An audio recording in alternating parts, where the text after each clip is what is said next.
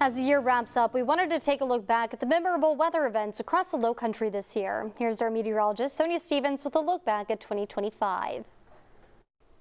A rare Lowcountry snow event had snow lovers and children like mine rejoicing January 21st and 22nd. Now, there were 2 to 5 inches of snow across the area, record snowfall at Charleston International as 2.5 inches of snow fell on the ground. Now, let's fast forward to February. It was a month of extremes. We did have a record high of 84 both the 7th and the 9th. Later in the month, we did dip down to 25, although not a record low. And then throughout the spring, we really got dry.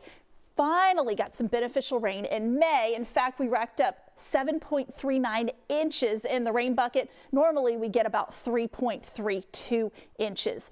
Now let's head toward late June, the 25th, the 26th. We had a round of severe weather that produced hail and strong winds. You can see the shelf cloud pictures here from Santee Circle and Carnes Crossroads. Now, as we wrapped up June, the average temperature 82.1. So it was the 6th warmest June we have ever had in Charleston. Now let's go to late August, the 22nd, the 23rd. We had heavy rain and flooding, and that heavy rain produced flash flooding. We also had coastal flooding, and that just made everything worse. But those record rainfall amounts, 4.16 inches at Charleston International, and then we had 2 days of record rainfall in downtown Charleston. Now, as far as hot weather this year, we had 71 90-degree days. Last year, 85, average 60. Not as hot as last year, but still above average. Now, July 6th, we had a landfall near Litchfield Beach. This was Tropical Storm Chantal. Fortunately, the worst of it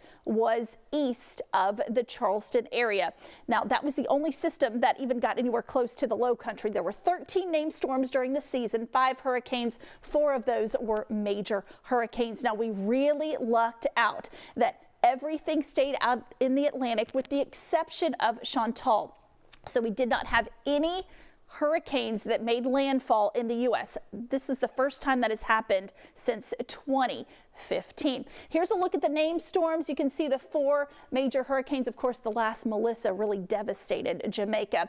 Interesting, in December, on the 10th, we had our first freezing fog advisory that was ever issued for Charleston County. And that freezing fog produced black ice on the Don Holt, and the bridge was closed for hours. But really was a roller coaster ride of temperatures in December. We had a record high on December 27th of 79, and not a record low, but we still made it down to 21 in the middle of the month. So dry conditions continue. 42.45 inches at Charleston International, almost 10 inches below where we should be in rainfall. Almost 42 inches in downtown Charleston. They're about 2 inches below normal. So as we head into the new year, let's hope we can get some rain here in the Lowcountry. Happy New Year. I'm meteorologist Sonia Stevens.